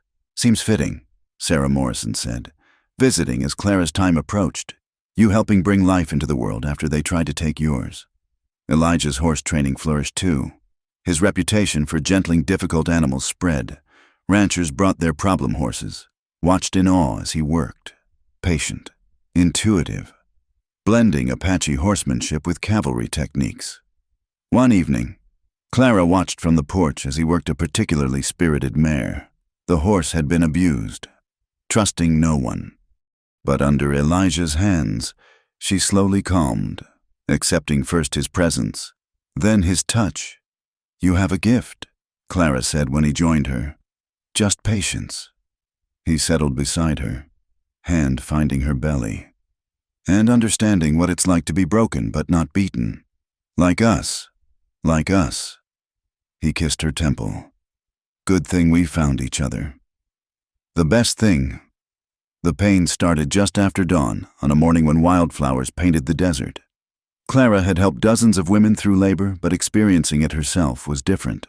The power of it, the inevitability, the way her body knew its business despite her mind's fears. Elijah stayed with her, against convention. Sarah Morrison protested that birthing was women's work, but Clara gripped his hand and refused to let go.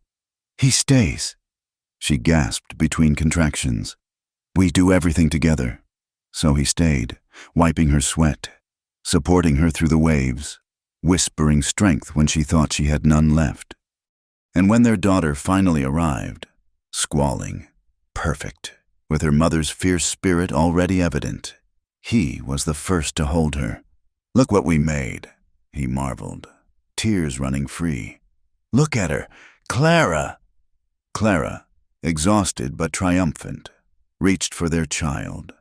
The baby settled against her breast, suddenly quiet, dark eyes seeking focus. In that moment, Clara felt the last broken pieces of herself heal. Here was the future, literally in her arms. Here was hope given form. "What should we call her?" Elijah asked. Clara thought of all they'd survived, all they'd built from ashes. "Grace," she said, "for the grace that brought us together, and Hope for her middle name. Grace Hope Stone." "Perfect," he agreed, encompassing both of them in careful arms. "Perfect." Outside, Dry Hollow continued its transformation. The mine reopened under strict safety protocols. New families moved in, drawn by opportunity and stability. The town that had nearly killed Clara now looked to her for guidance. On the oversight board, in the birthing room, as an example of survival transformed to purpose. Not everyone changed. Some hearts stayed hard. Some minds closed. Clara still caught whispers, still felt certain folks' eyes slide away, but she no longer walked alone. She had Elijah beside her, Grace in her arms, friends who'd proven themselves, and work that mattered. One evening, as sunset painted the red rocks gold, she stood in the door of the home they'd built. Inside, Elijah sang soft Apache lullabies to Grace. Outside, the desert bloomed with unexpected beauty. Tomorrow would bring challenges, always did. But tonight, she was simply a woman who'd refused to break, who'd found love in aftermath, who'd carved belonging from bedrock. "Coming in," Elijah called. "In a moment." Clara breathed deep the sage-scented air, said a quiet prayer of gratitude, then turned from the past toward her future. Inside, her family waited. Inside, life flourished where death had threatened. She'd been called witch, widow, worse, but she was none of those things, or all of them, or more. She was Clara Stone, wife, mother, healer, fighter. She was proof that shame could be survived, that love could bloom in unlikely soil, that two broken people could build something whole. The door closed soft behind her, shutting out old ghosts. Inside was laughter, light, and tomorrow. It was more than enough. It was everything. In Dry Hollow, where red rocks caught fire each dawn, the miner's widow had found her happy ending, not in rescue or revenge, but in the patient work of building a life worth living, in the courage to stay when leaving would be easier, in the grace of second chances and the hope of new beginnings, and in the arms of a man who'd seen her strength when others saw only shame, who'd loved her not despite her scars, but because of all they'd taught her. She'd found something rarer than gold in those desert mountains. She'd found home. Grace Hope Stone grew like a desert wildflower, resilient, surprising, beautiful in her determination.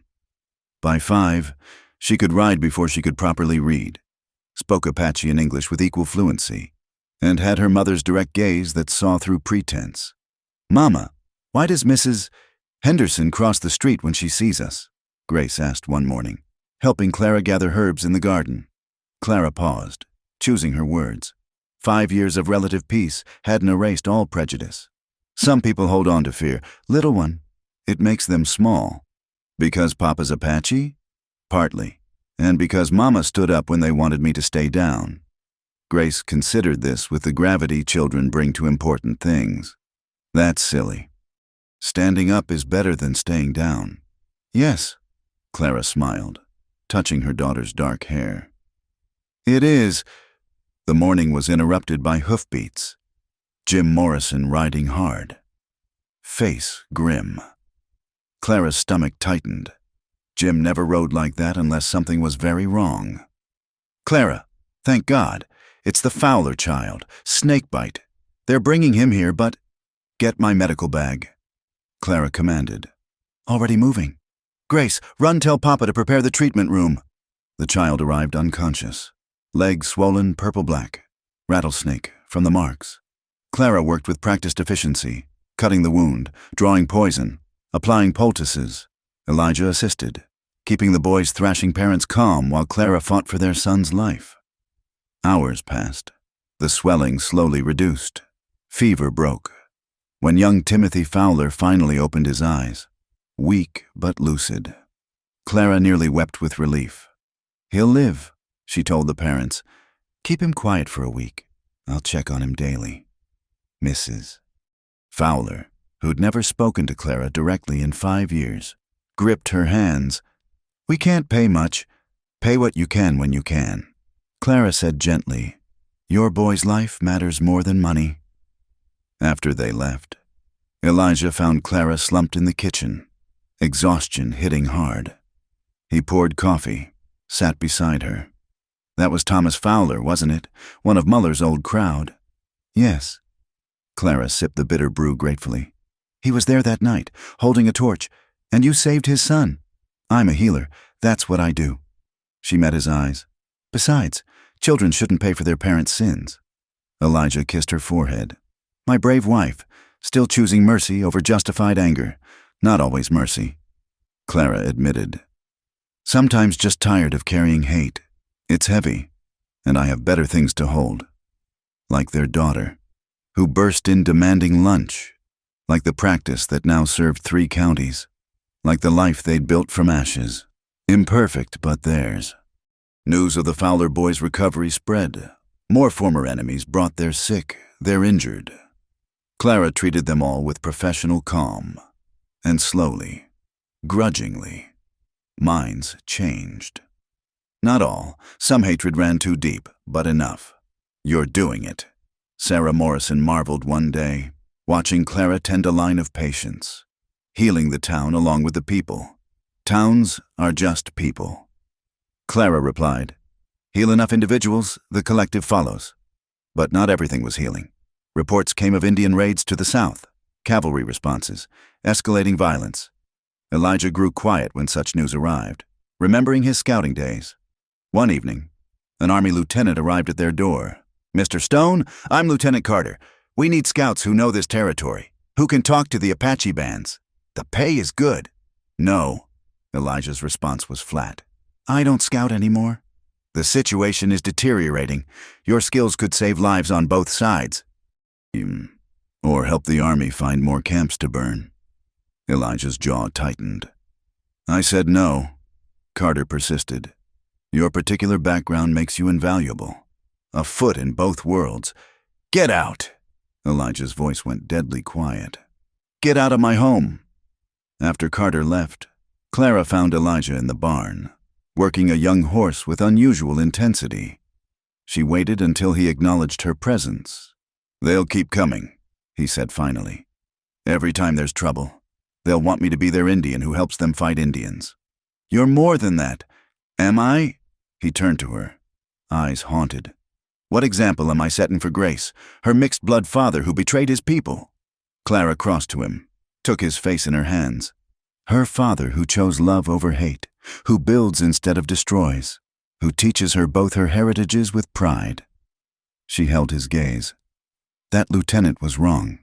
You don't have a foot in both worlds. You're building a bridge between them." He pulled her close, breathing into her hair. "What if the bridge burns? Then we build it again, as many times as it takes." That night, they told Grace stories of her grandmothers, the Apache woman who laughed like water over stones, the Eastern teacher who came west for adventure. Both strong, both brave, both living on in their granddaughter. "Will I have to choose?" Grace asked sleepily. "Which one to be?" "No, little flower," Elijah said. "You're both and more. Never let anyone make you choose." But choices came anyway. As Grace grew, so did the divide between her worlds. In town, children echoed their parents' prejudice. At the Apache camp where Elijah's uncle sometimes brought them, she was the half-blood child who lived white. The breaking point came when Grace was 7. Clara arrived at the schoolhouse to find her daughter holding a bloody nose. 2 boys being hauled away by the teacher. "They said Papa was a dirty Indian," Grace reported matter-of-factly. "So I hit them."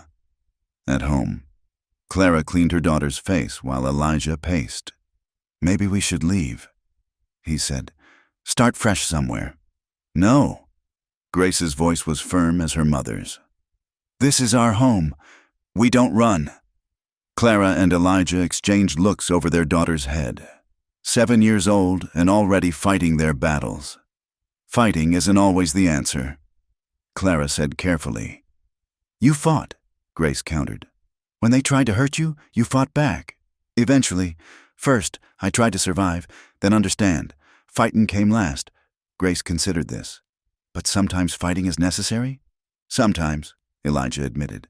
"But knowing when, that's wisdom." The next weeks brought a fragile truce at school. Grace didn't hit anyone else, and the other children kept their distance. Clara's heart ached watching her daughter navigate prejudice so young. But Grace seemed to accept it as simply another challenge to overcome. Then came the letter that changed everything. Clara's work with the Territorial Mining Board had gained attention back east. Harvard Medical College, which had recently begun accepting women, offered her a scholarship to formalize her medical knowledge. "Boston," Clara said wonderingly, reading the letter for the 5th time. "They want me to come to Boston. It's an incredible opportunity." Elijah said carefully, "You'd be one of the first women doctors in the territory when you returned." "If we returned." They both looked at Grace, playing with her doll collection, Apache dolls beside China ones. No separation in her child's world. "It would mean leaving everything," Clara continued. "The practice, the house, the prejudice, the whispers, the fights in the schoolyard." Elijah's voice was thoughtful. "Grace could attend real schools. You could study without people questioning your right to heal. And you?" He smiled slightly. "Cities need horse trainers too. And maybe being anonymous for a while wouldn't be terrible." They talked late into the night, weighing dreams against roots. By morning, the decision was made. The town's reaction was mixed. Some celebrated, the witch finally leaving. Others mourned. Who would deliver their babies? Tend their sick? Sarah Morrison wept openly. "You saved this town's soul," she said, "even when we didn't deserve it." "You saved mine first," Clara replied, embracing her friend. "That night you asked for help with Ruth. That's when I started becoming myself again." They sold the house to a young doctor fresh from St. Louis. Ensuring continuity of care, the horse operation went to a local rancher who promised to maintain Elijah's methods. Possessions were sorted: keep, sell, gift. In the barn, Elijah's uncle arrived unexpectedly. The old warrior studied his nephew, then spoke at length in Apache. Grace translated for Clara. "He says Papa is not running but advancing. That sometimes the battlefield must change for the war to be won." She listened more. "He's proud. Says Papa carries the people forward instead of back." The uncle produced a bundle. Clothes, moccasins, jewelry. "For school in the White City," he said in English. "So she remembers." Grace accepted solemnly, understanding the weight of the gift. Their last week, unexpected visitors arrived daily. The Fowler family brought preserves and stammered thanks. Women Clara had helped through childbirth came with baby clothes for city children. Even old enemies offered grudging respect. "You could have hated us," Mrs. Henderson admitted, the woman who'd crossed streets to avoid them. "Lord knows we gave cause, but you healed us anyway. Hate would have poisoned me worse than you," Clara said simply. "Healing was how I stayed whole." The morning they left, half the town gathered, not all in support. Some watched with satisfaction. But more than Clara would have imagined possible 5 years ago stood as witnesses to a transformation. Jim Morrison offered a final blessing. "You came as strangers, suffered as scapegoats, and leave as healers. May your journey bring new chances to bridge the worlds you carry." As their wagon rolled out, Clara looked back one last time. The red rocks caught morning light like fire, the town small beneath them. She could see the cottonwood tree where they'd tried to hang her, now shading children playing, the cabin where she'd hidden in fear, now home to new dreams. "Regrets?" Elijah asked. "None."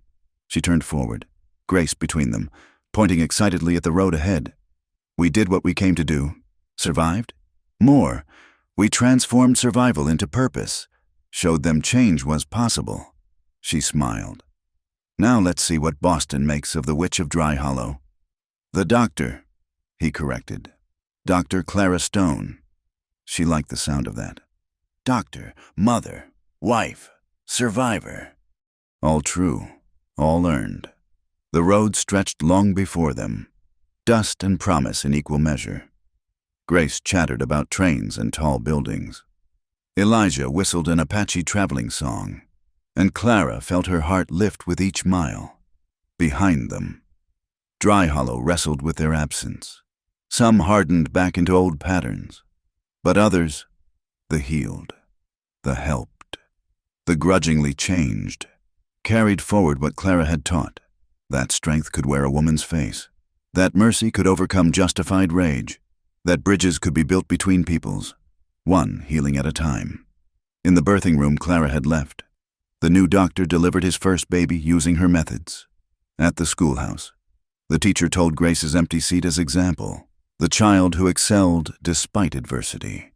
In the church, Jim Morrison preached reconciliation with new fervor, seeds planted in hostile soil, growing slow but sure. And on the road to the railroad, to Boston, to futures unimagined, Clara Stone carried those seeds with her, ready to plant again, to heal again, to bridge again. The town had tried to break her with shame. Instead, she'd broken shame with stubborn grace. Now came the next chapter, not an ending but a transformation. The widow's tale was done. The doctors had just begun. As the stage station appeared ahead, promising the first leg of their long journey, Grace asked, "Will we ever come back?" Clara and Elijah exchanged glances, back to the place that had nearly killed them, that had forged them, that had finally begun to accept them. "Maybe," Clara said, "when we're ready, when they're ready, when the bridge is strong enough to hold the weight of return." "I'll make it strong," Grace declared with 7-year-old certainty. "I'll learn everything in Boston and bring it back. Show them what a half-breed witch's daughter can do." "Just daughter," Elijah corrected gently. "Daughter of healers, of bridge builders, of people who refuse to break." Grace nodded, satisfied. The stage waited, the future called, and Clara Stone, who'd entered Dry Hollow as a grieving widow, left it as something entirely new. Herself, finally, fully, freely. The desert watched them go, ancient and patient. It had seen such transformations before, would see them again. But this one, the woman who turned persecution into purpose, isolation into connection, surviving into thriving. This one it would remember. After all, the strongest things grew in the harshest ground, and Clara Stone had grown very strong indeed. Boston proved to be its own kind of wilderness. The buildings towered like man-made mountains. The streets teemed with more people than lived in all of Dry Hollow. And the medical college stood like a fortress of learning that Clara had to storm with determination rather than dynamite. "Only 3 women in your class," the dean informed her on the first day, his tone suggesting this was 3 too many. "You'll find no special accommodations here, Mrs. Stone." "Dr. Stone," Clara corrected mildly. "I've been practicing medicine for 8 years, and I want no special accommodations, only equal opportunity to learn." The dean's eyebrows rose at her presumption, but Clara had faced down lynch mobs. Academic disapproval was barely a breeze. Elijah found work at a stable outside the city, gentling carriage horses traumatized by city life. Grace attended a progressive school that, after some negotiation, accepted her mixed heritage as exotic rather than problematic. Their small apartment near the college became a haven where Apache words mixed with medical Latin, where Grace's homework spread across the same table as Clara's anatomy texts. The first months were brutal. Clara's practical experience meant nothing to professors who insisted on their methods. Her classmates, young men fresh from preparatory schools, viewed her as either a curiosity or an affront. But Clara had learned patience in harder schools. "You delivered a baby incorrectly today," Professor Hamilton announced after a practical examination. The mother and child both survived and thrived. Clara replied evenly, "By luck? The proper method. Killed 2 women last month at Boston General. I read the reports." Clara met his glare steadily. "With respect, Professor, I've delivered over 100 babies. When your textbook methods fail, experience saves lives." The room went silent.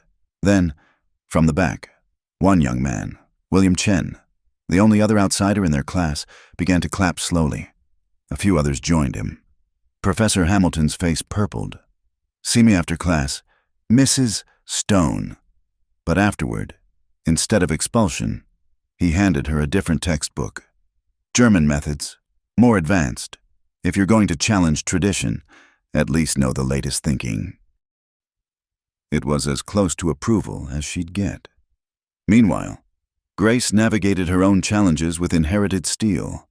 When classmates questioned her heritage, she answered with such matter-of-fact pride that curiosity replaced cruelty. When teachers expressed surprise at her intelligence, she smiled and exceeded their expectations again. "A girl in my class said I couldn't be Indian because Indians are savages," Grace reported one evening. "So I taught her to count in Apache and told her about grandmother's astronomy knowledge. Now she wants to learn more." Elijah smiled proud. "Building bridges, little one. Just like we talked about." But not everyone wanted bridges. Letters from Dry Hollow brought mixed news. The new doctor was competent, but cold. The mining board had weakened without Clara's advocacy, and Muller, released after serving only 2 years, was stirring old resentments. "We should have killed him," Elijah said darkly, reading Jim Morrison's latest letter. "Then we'd be no better than him." Clara touched his hand. "Let the past stay buried. We have future to build." The future built itself in unexpected ways. Clara's reputation spread through Boston's medical community. The frontier woman who challenged conventional wisdom and won. She was invited to speak at women's suffrage meetings, to consult on difficult cases, to write papers on frontier medicine. "You're becoming famous," Elijah teased one night, reading a newspaper article about her latest lecture. Notorious, more like. But Clara smiled. "If it helps other women enter medicine, I'll be notorious gladly." Grace, now 10 and whip smart, served as her mother's assistant at public demonstrations, translating medical terms into language children could understand. Father and daughter would work the crowd while Clara lectured. Elijah's quiet strength and Grace's bright charm, disarming skeptics.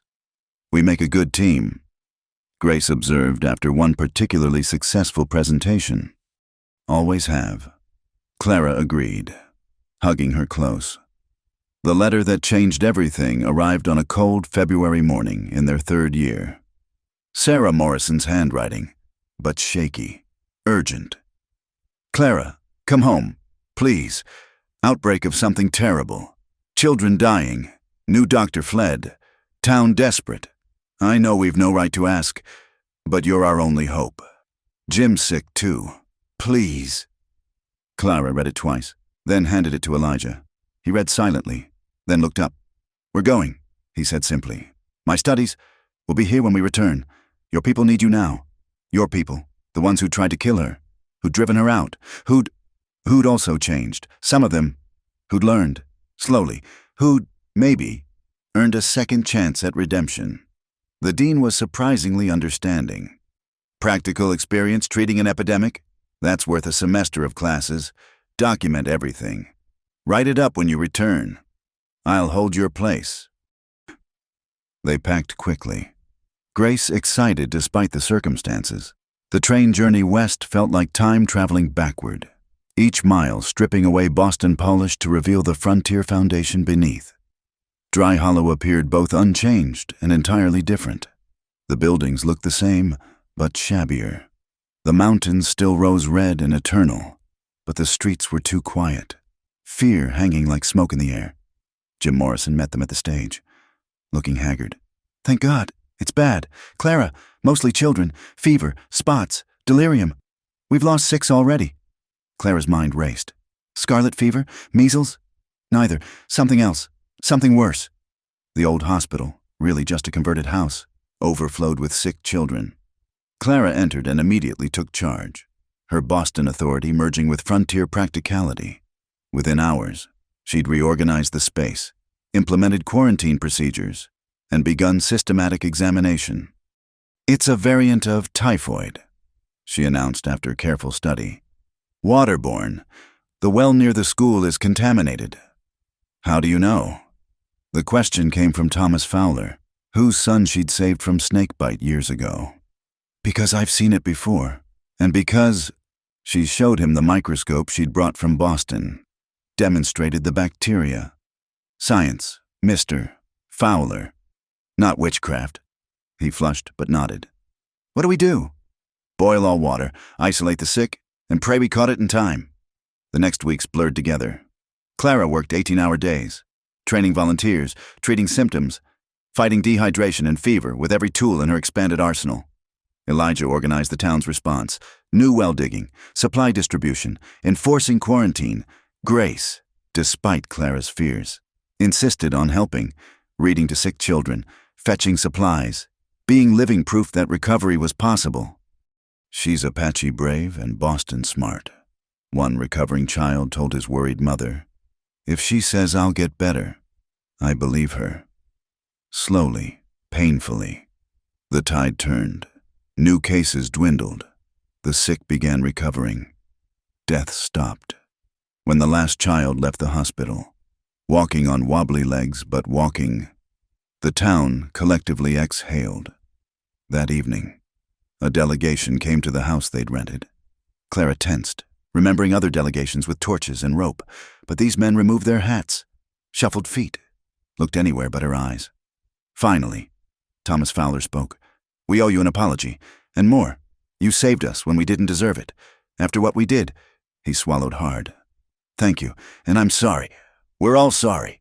One by one, they apologized. Men who'd held torches, women who'd thrown stones, children, now grown, who'd chanted, "Witch." Clara stood in her doorway, Elijah beside her, Grace between them, and felt something she'd never expected, the power of forgiveness, flowing both ways. "I didn't come back for apologies," she said finally. "I came because people needed help. That's what doctors do." "What people do," Fowler corrected. "Good people. The kind we should have been all along." After they left, Clara sat on the porch, emotionally drained. Elijah joined her, pulling her close. "How do you feel?" he asked. "Strange, like something's finished, a circle closed." She thought about it. "Free. I feel free. Because you don't need their approval anymore. Because I don't need their guilt, or my anger. It's done. Elijah. Really done." They stayed another month, ensuring no relapse. Training a new doctor Jim Morrison had recruited, a young woman from Chicago, eager and idealistic. "They'll test you," Clara warned her. "Push boundaries. Challenge your authority." "Let them try," Dr. Mary Chen replied with a grin. "I've been tested by the best. Professor Clara Stone's lectures are legendary at Chicago Medical." Clara blinked, surprised. My lectures? On frontier medicine, on treating the whole community, not just individual bodies, on healing social wounds alongside physical ones. The young woman's eyes shone. You're why I became a doctor. As they prepared to leave, really leave this time, with blessing instead of blame, the whole town turned out. Not for the spectacle, but for genuine farewell. Children Grace had helped nurse gave her drawings. Women pressed preserves and quilts on Clara. Men shook Elijah's hand, acknowledging him as equal. Will you come back again? Sarah Morrison asked, tears streaming. To visit. Clara promised. This isn't home anymore, but it's not enemy territory either. It's just a place we passed through, a place that taught us who we are, and taught us who we could be. Jim Morrison added, God bless you all. The stage rolled out under clear skies. Grace waved until the town disappeared, then settled between her parents with a contented sigh. I'm glad we came back, she announced. Now we can go forward without looking behind. Wise child, Elijah murmured. Wise parents. Grace countered. You taught me bridges need maintenance. We just fixed ours. Clara laughed, feeling lighter than air. Boston waited with its challenges and opportunities. The medical degree was within reach. The future spread infinite as the western sky. But this moment, her family whole, her past reconciled, her purpose clear. This moment was perfect. What are you thinking? Elijah asked, noting her smile. That Tom would be shocked. The name came without pain now. Just fact. His broken wife became a doctor. His widow found love. His victim found victory. You found yourself, Elijah corrected. Everything else followed. The mountains watched them go, red rocks eternal as memory. But this time, Clara didn't look back. She'd left nothing unfinished in Dry Hollow. No guilt, no anger, no unspoken words. Just a story of transformation. Of a woman who refused to break. Of a town that learned to bend. Of bridges built from ashes and stronger for the burning. As the stage carried them toward the railroad. Toward Boston. Toward all the tomorrows they'd earned. Grace pulled out her notebook. I'm going to write our story, she announced, so other girls know they can survive anything. What will you call it? Clara asked, amused. Grace thought seriously. The healer's heart. No, the bridge builder. No, wait, the woman who wouldn't break. How about the doctor's journey? Elijah suggested. Too simple, Grace decided. It needs to be bigger, like from ashes to healing, the Clara Stone story. Clara laughed, pulling her daughter close. Just make sure it has a happy ending. The best stories do, Grace said confidently. And ours is the best story. Looking at her family, thinking of all they'd overcome and all that lay ahead. Clara couldn't disagree. It was the best story because it was theirs, earned in blood and tears and stubborn grace. The road stretched on, dusty and endless, but Clara Stone, frontier doctor, bridge builder, survivor, and thriver, was ready for every mile. After all, she'd already traveled the hardest road, from shame to pride, from isolation to connection, from barely surviving to fully living. Everything else was just scenery. And the scenery, she had to admit, looked beautiful from here. Thank you for joining Clara, Elijah, and Grace on their incredible journey through the American frontier. Their story of resilience, forgiveness, and the power of love to overcome prejudice reminds us that even in our darkest moments, we can choose to be bridges rather than walls. Where are you listening to this story? Are you driving through your own mountains, sitting by a cozy fire, or perhaps taking a break from your daily challenges? Drop a comment below and let's share this moment of connection across the miles. If Clara's journey touched your heart, please subscribe to From Wild West channel for more tales of frontier courage and romance. Share your thoughts. What would you have done in Clara's place? Could you have forgiven as she did? Remember, like Clara proved, we're all stronger than the storms that try to break us. Until our next story, keep building those bridges and stay strong, partners.